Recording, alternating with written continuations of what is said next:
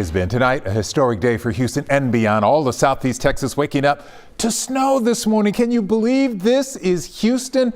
Hard to believe. And kids and adults turning pool floats into sleighs, turning bayous into ski slopes, having a good time. Even some of our own staff having fun themselves. Sports reporter turned snow reporter Zach Tawatari getting his sledding on today. Job well done by him.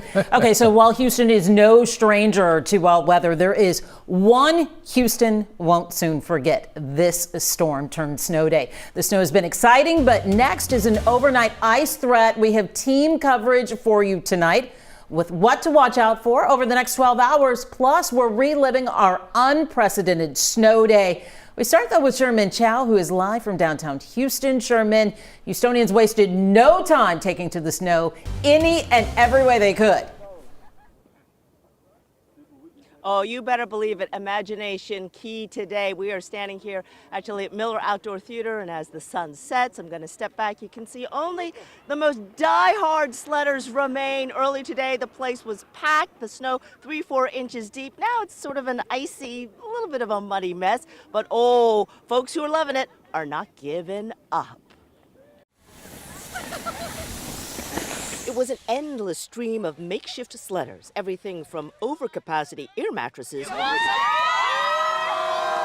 upside-down plastic folding tables, and yes, even a kayak. I've had this for years and I've never used it. It's just like up in a closet, and this morning they said they were bringing inflatable tubes, and I was like, I've got a kayak. Yep, improvisation was the word of the day. Cardboard, garbage bags, laundry baskets, and pool toys getting new life. How did it do? It was all right. That face does not say all right. What was better? Plastic bin lid. Garbage can lids, plastic container lids, and cardboard boxes. And speaking of screaming like a little girl, Holy Christmas! I gave a surfboard a go in the snow. Others, though, were pros, skiers outfitted with all the right gear. Yeah, I've been skiing all over the place.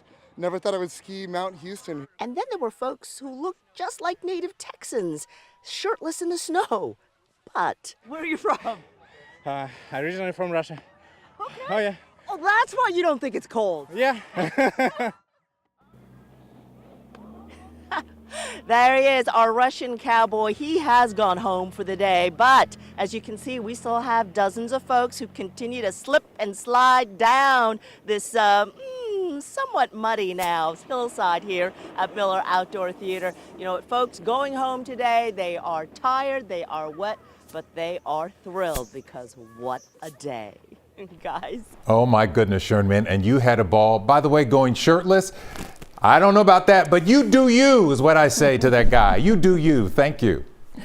So far, this has been a rare and memorable weather event without many issues, and we want to keep it that way. But it starts with you, says Mayor Whitmire, and city emergency officials. They're stressing the importance of staying off the roads, especially now as snow and slush turns to ice. And right now, crews are still working to try and make major freeways safe for those who have essential work or an emergency. Jason Miles is in the KHOU 11 News Storm Tracker with a live look at the roads in the Webster area. Jason.